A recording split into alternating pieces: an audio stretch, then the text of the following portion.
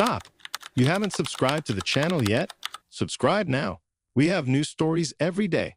Now, let's go. Whispers of Longing.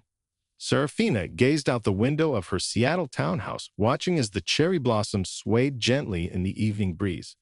The pale pink petals danced against the backdrop of a setting sun, casting a warm glow over Maple Street. Inside, the soft cooing of her 6-month-old son, Elijah, pulled her back to reality. She sighed, a mix of love and exhaustion washing over her. At 28, Serafina felt worlds away from the free-spirited artist she once was.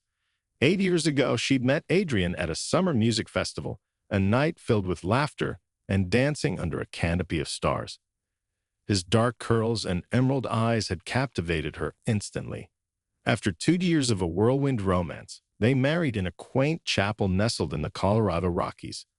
Their early years were marked by spontaneous road trips, late-night philosophical debates, and shared dreams of exploring the world. Adrian's ambition led him to a successful career in finance, while Serafina pursued her passion for painting. Their townhouse became a haven of creativity and love. But as time passed, Adrian began to yearn for a family. "Imagine little feet pattering down these halls," he'd say, his eyes lighting up at the thought. Serafina would smile gently. "Maybe someday, but I'm not ready yet." She cherished their freedom, the ability to pick up and leave on a whim, the quiet mornings spent painting, the nights out with friends. Yet, seeing Adrian's growing longing, she eventually agreed. When Elijah was born, he brought immense joy, but also an unforeseen shift in Serafina's world. Her days became a blur of feedings, diaper changes, and sleepless nights. The canvases in her studio gathered dust, and the vibrant hues of her life seemed to fade into monotony. Adrian returned to his demanding job, often coming home late, his mind occupied with meetings and spreadsheets. One evening, as Serafina struggled to soothe the crying Elijah, Adrian walked in, looking fatigued. "Hey," he mumbled, loosening his tie. "Adrian, I need help," she pleaded, her voice edged with desperation. "I haven't slept properly in weeks." He glanced at his phone. "I have a conference call in a few minutes. Can we talk later?" Later never came. The distance between them widened, filled with unspoken frustrations and unmet needs. Feeling isolated, Serafina yearned for a connection to her former self. Scrolling through her contacts one afternoon, she paused at a familiar name, Lucian. They had been inseparable in college, bonding over a shared love of art and adventure. He was a talented photographer with sandy blonde hair and piercing blue eyes that always seemed to see right through her. Taking a deep breath, she typed a message. "Hey, Lucian, it's been a while. Would love to catch up if you're free." His response was swift. "Serafina, what a wonderful surprise. Let's meet at the Beam and Ink tomorrow?" The Beam and Ink was a cozy cafe tucked between a bookstore and an art gallery downtown, a favorite haunt from their university days. The next day, as she entered the cafe, the rich aroma of coffee mingled with the soft melodies of jazz. Lucian was seated by the window, the afternoon light casting a halo around him. "Serafina," he greeted, standing to embrace her. "You look as radiant as ever." She laughed softly, a genuine smile gracing her lips. Always the charmer. They ordered their usuals, an Americano for him, a lavender latte for her, and settled into conversation. It felt as though no time had passed. "Tell me about your life," he prompted. She hesitated before admitting, "It's been challenging.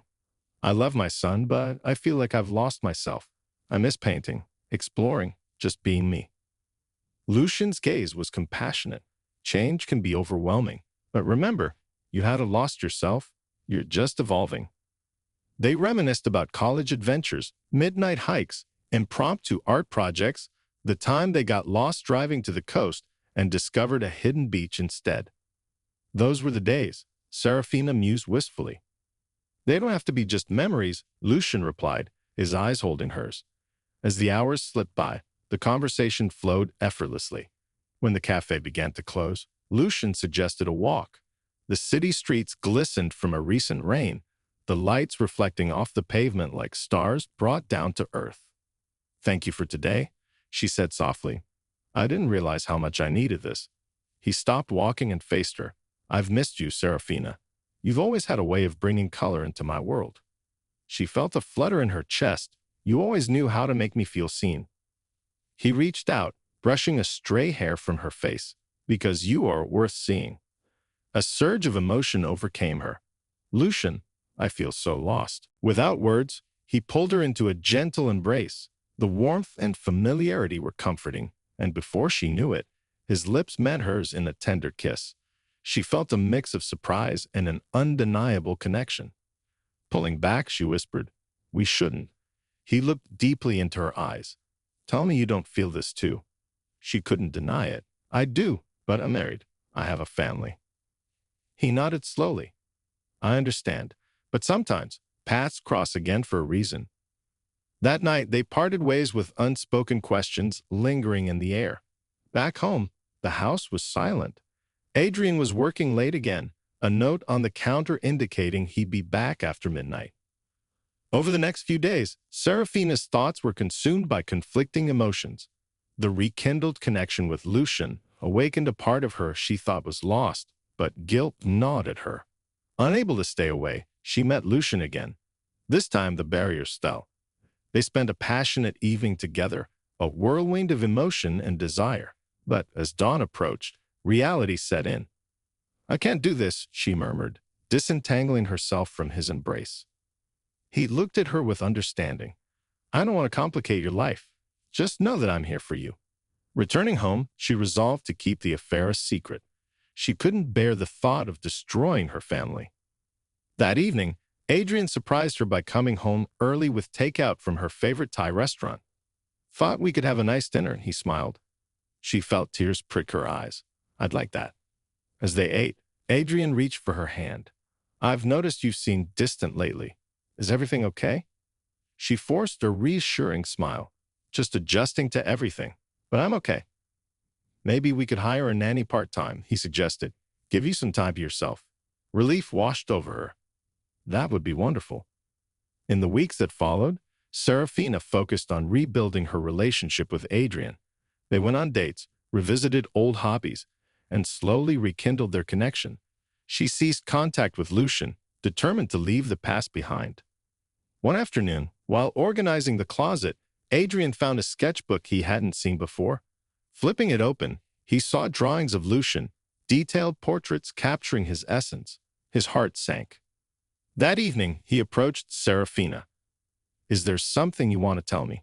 Her heart raced. "What do you mean?" He held up the sketchbook. "These drawings, they're of Lucian, aren't they?" She looked down, shame flooding her.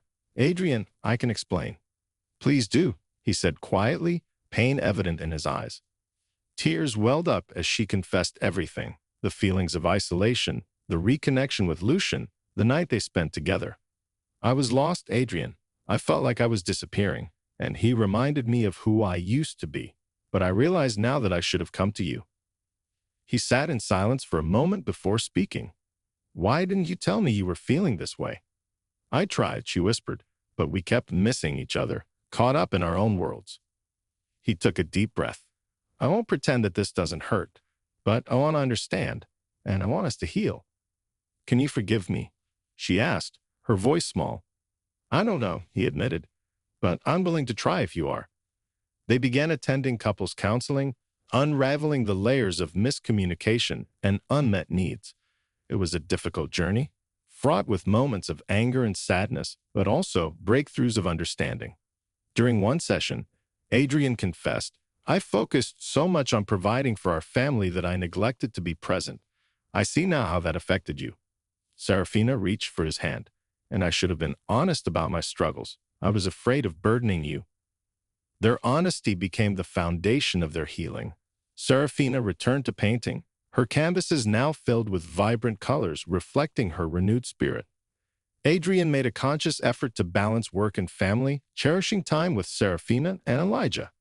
One evening, as they watched Elijah take his first steps across the living room, Adrian pulled Serafina close. "Look at him go," he chuckled. She smiled, resting her head on his shoulder. "He's growing so fast." Adrian turned to her, his gaze soft. "I'm grateful we're facing life's challenges together." Me too, she replied, her heart full. Serafina knew that their marriage wasn't perfect, but it was real and resilient. They had faced the depths of betrayal and emerged stronger, bound by love and a deeper understanding of one another.